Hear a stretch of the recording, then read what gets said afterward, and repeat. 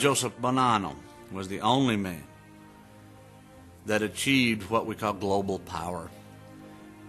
He orchestrated the largest takeover of American industry, banking, insurance, and then the government that's ever been perpetrated on the American public.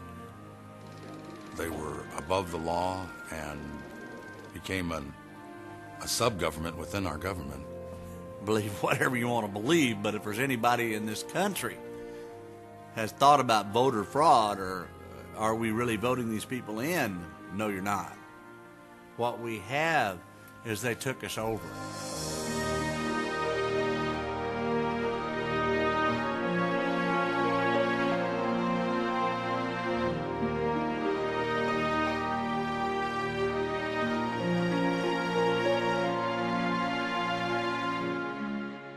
Joseph Bonanno was born in Castellammare Del Golfo, Sicily on May 18, 1905. In 1924, he arrived to the United States as the king. He was raised to do what he did.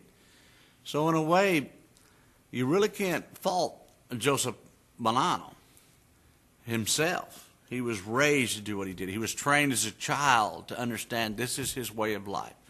He was the boss of bosses and the super boss. There may have been other bosses, but he was the super boss. When you're looking at Joe Bonanno, you got to look at the Bonannos as a whole. There's been Bonannos in control of things for 2,500 years. The Tower of Pisa, just off the cuff, is made by Bonanno.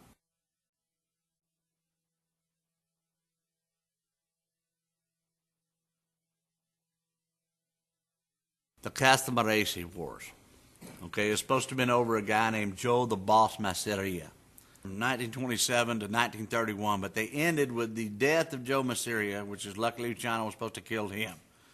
And then Lucky Luciano killed Maranzano because Maranzano was supposed to kill them. Now, that's a generic story.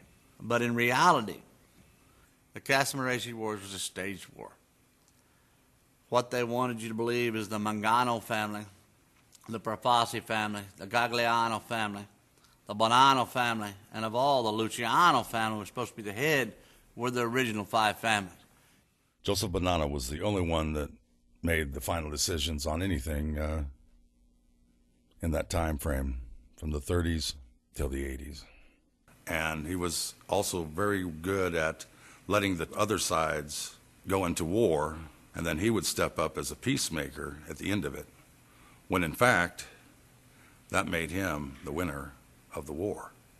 Why the Castellammare Wars was important is because they took control of not only of the mafioso, but taking control of the mafioso and the 5-point gangs of New York was taking control of the 65-point cities that were already in place as far as the mafioso chain, the Black Hands, what they called it in the 1900s. Same Black Hand killed Abraham Lincoln. It killed Garfield. It killed McKinley. From 1865 to 1900, if you'll look at your President of the United States, 4 out of 5 got assassinated because they wouldn't play the game. They were instrumental in the Depression that would subdue the populace and get them ready to bend to the new deal that they were getting ready to give them. They already had their president in line. In 1931, when they had their first day boys meeting, which is exactly what it was called, the Cosa Nostra's first day boys meeting, Capone was there. Trafficante of Florida, Marcello of New Orleans, some of the names you have heard. Out California, Cohen family, the Cohn family, the Milano family. I could go the Balistre family, the Kennedy family. Joseph Kennedy was there personally. So you have your political machine here.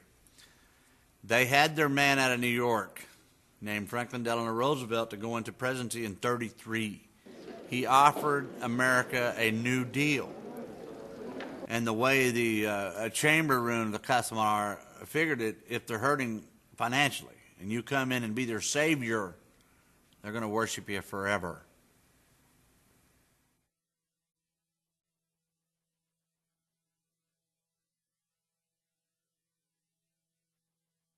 The main 3 points of FDR's presidency was Bank of America. Control the money, you're in control. Transamerica Insurance, control the insurance of the money, you're in more control. FDR himself and his government, the New Deal, was placed there by the Castellammare Council. This commission, first day boys, called Cosa Nostra. So my point is our federal government, which we're putting our God faith in, is mafia, gangsters, criminals.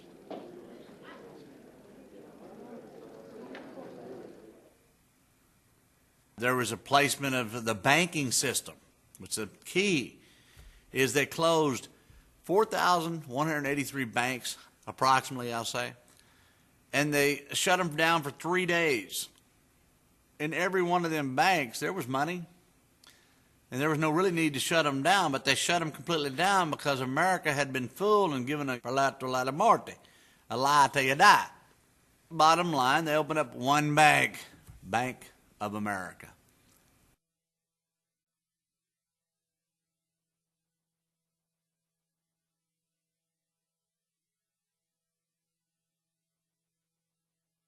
He had his fingers on the pulse of all the drug trade coming in the United States.